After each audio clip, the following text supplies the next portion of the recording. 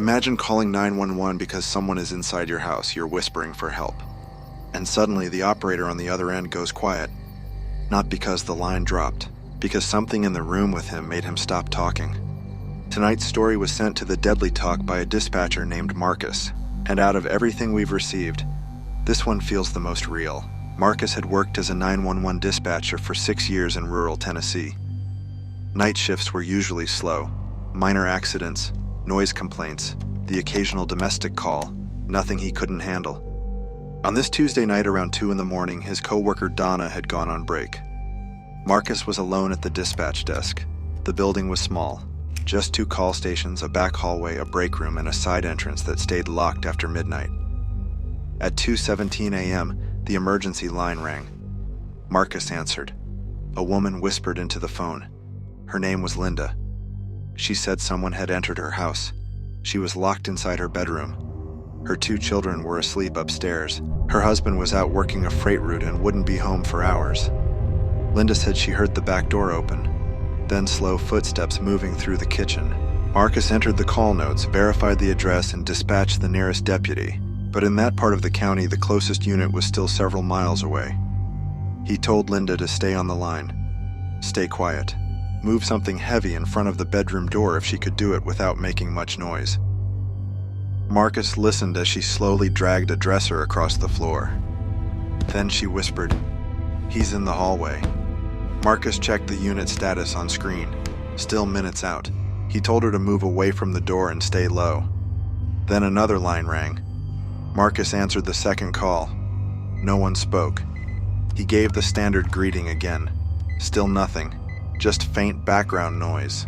He was about to disconnect when a voice came through. Male, low, calm. Busy night? Marcus didn't answer the question. He asked for the caller's location and emergency. The man ignored him, then said, "Are you there alone tonight?" Marcus felt his stomach drop. He ended the second call and immediately returned to Linda. She was crying quietly now. She said she could hear someone outside the bedroom door. Marcus kept talking to her, kept his voice steady. At the same time, he tried Donna on the internal radio. No response. He called her cell phone, straight to voicemail. Then Marcus heard something from the back hallway, a metallic sound, like someone slowly testing a door handle. He looked up. The hallway was dark. No movement. Linda whispered, "I think he's trying the knob." Marcus updated responding units to urgent. Then he pressed the panic alert for law enforcement assistance at the dispatch center. He never took his eyes off the hallway. A few seconds later, he heard another sound. One soft footstep, then silence. Donna suddenly came around the corner from the break room. She looked confused. She had fallen asleep in the chair and her phone battery had died. Marcus asked if she'd heard anyone back there. She said no. Deputies arrived at the dispatch center less than 2 minutes later and cleared the building.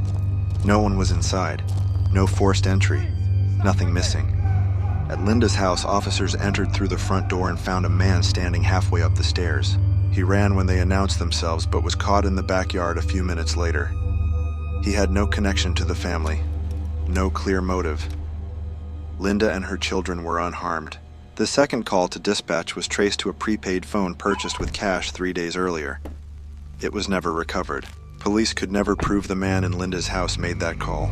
They also couldn't explain the sounds Marcus heard in the hallway. Marcus still works dispatch, but he said after that night, he stopped assuming the danger was always somewhere else. He said, "I used to think I was the person people called when something bad was happening. That night made me realize bad things can happen anywhere, even on this side of the phone. If you ever call 911 and the operator goes quiet for a second, maybe they're helping you. I'm your host. This has been The Deadly Talk.